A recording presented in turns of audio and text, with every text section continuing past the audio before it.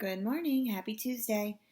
Today we are going to be reading again from Wayside School, Beneath the Cloud of Doom, Chapter 12, Mrs. Surlaw. We haven't met Mrs. Surlaw. Wonder what she does. The library was on the 7th floor. Mrs. Surlaw was the librarian.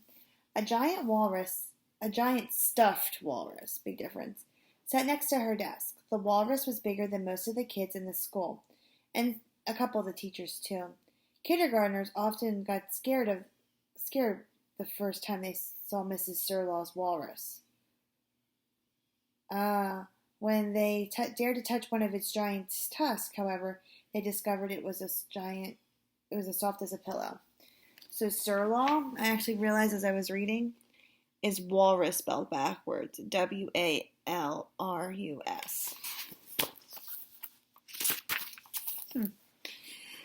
There were lots of rules in the library. No eating, no drinking, no yelling, no somersaults, and no hugging the walrus until after you've checked out your book.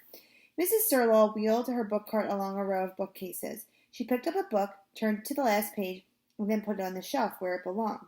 Took another book, checked its last page, and put that one in its proper place as well. She heard the rumble of feet on the stairs, and the chirps and shrieks of young voices. This was followed by shushing sounds. Mrs. Jewell's class politely entered the library. They were scared of Mrs. Surlaw. While the two adults greeted each other, the children scurried to different parts of the library. They only had 15 minutes to choose and check out a book. "Have you read The Pig, the Princess, and the Potato?" Leslie asked Jenny. Is it good? "Only the best book ever." Mrs. Surlaw smiled when she heard that. The only thing she loved more than books were children who loved books. She may have seemed severe on the outside, but inside her heart was as soft as a pillow. Some librarians have separate areas for fiction and nonfiction. Mrs. Surlaw didn't believe in that sort of thing. After all, who was she to decide what was true and what wasn't?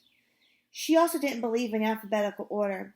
Her books were organized by the number of pages. Skinny books were at one end of the library, and the fat ones were on the opposite ends of the library. Along the shelves were numbers marked 10, 20, 30, all the way to 1,000.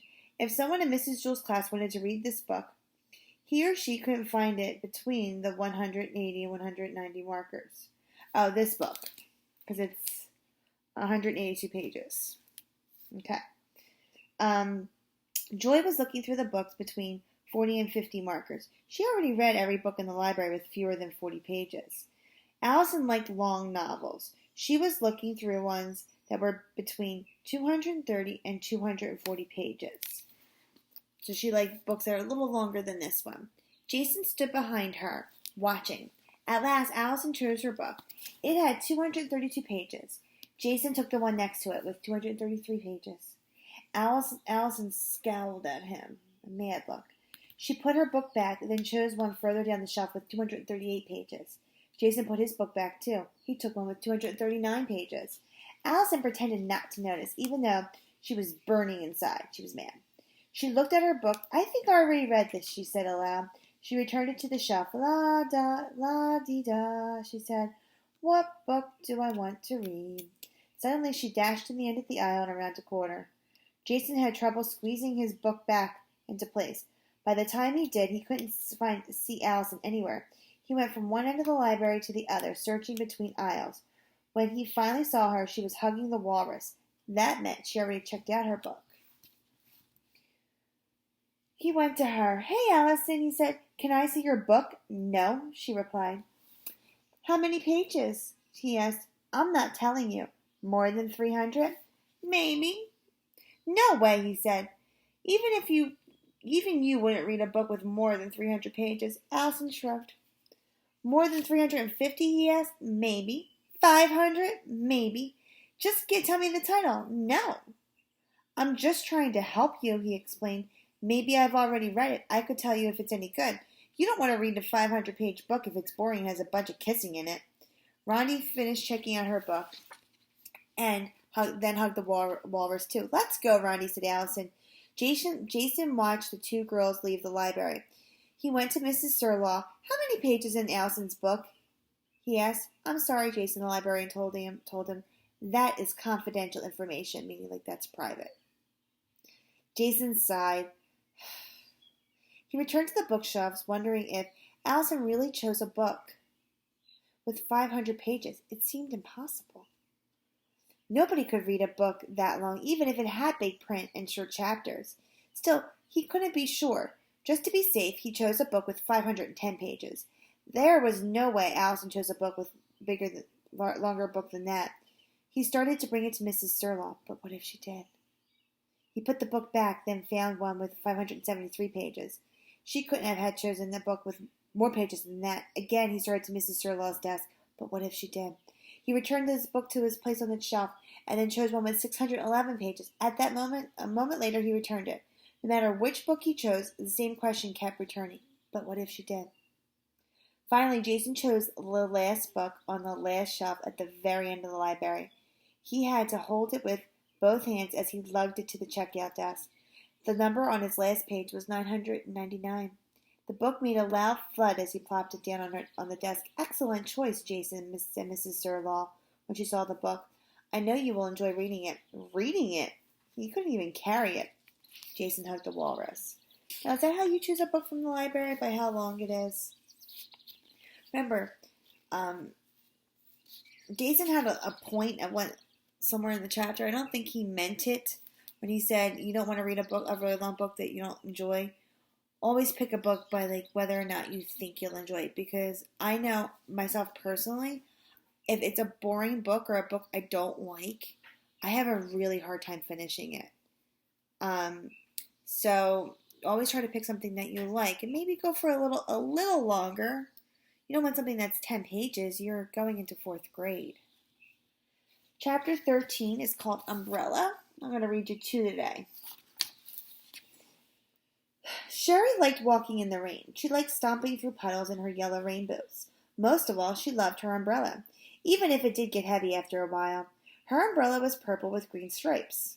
Or maybe it was green with purple stripes. She couldn't be sure. The whole thing was covered with yellow polka dots in various sizes. Ugh, can't lose that one. She liked listening to the raindrops bounce off of it. The harder it rained, the better the sound. She liked the feel of the smooth, curved wooden handle. She was still a block away from school when she heard the last whoop, whoop. Now she was going to be late. She had done too much puddle stomping and not enough straight ahead walking. She tried to hurry, but it was difficult to run while carrying her umbrella, especially in her yellow boots. By the time she reached the outer edges of the school, the 8-minute warning bell was already clanging. She counted the clangs and was disappointed that they stopped at 8. She was hoping for a porcupine. Glancing down, she noticed the sidewalk around the school was dry. She stuck out one hand. The rain seemed to have stopped. She tilted the umbrella a little to the side and looked up.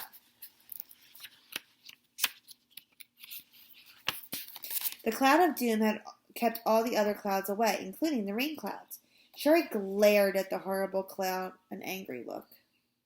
It almost seemed alive as it churned and churned inside itself. Suddenly, a gust of wind tore the umbrella from her hand. Horrified, she watched it bounce across the blacktop toward the school. She chased after it. The umbrella hit the bike rack and stuck there for a moment, but just as Sherry got there, it swooped upward. She jumped and managed to grab the curved handle. The umbrella continued to rise. She thought about letting go, but she didn't want to lose her umbrella, so she held on with both hands. When she passed the 2nd floor window, she realized that she probably should have let go sooner. When she rose past the 3rd floor, she wished she had let go at the 2nd floor. When she reached the 4th floor, she wished she had let go back when she was at the 3rd floor. By that time, she reached the 6th floor. It was definitely too late. Her left rain boot slipped off when she passed the 9th floor. She watched it fall the long way down, the higher and higher, scarier and scarier. She passed the 17th floor, the 18th, and the 20th. There was no 19th. She could see inside the classroom windows as she went past them. Some of the kids waved at her. She couldn't wave back. She couldn't risk falling. Although the alternative wasn't much better. If she continued to hang on, she realized she'd be sucked into the cloud of doom. She passed the 25th floor, then the 26th, and the 27th. She knew the floor numbers by the teachers she saw through the windows. At the 30th floor, she could see her own desk next to the window. The window was open. She closed her eyes, then jumped. The horn blared. When Sherry opened her eyes, she lay sprawled across the top of her desk. "Oh, you are here, Sherry," said Mrs. Jules. "Funny, I didn't see you. I was just about to mark you absent. Were you sleeping?"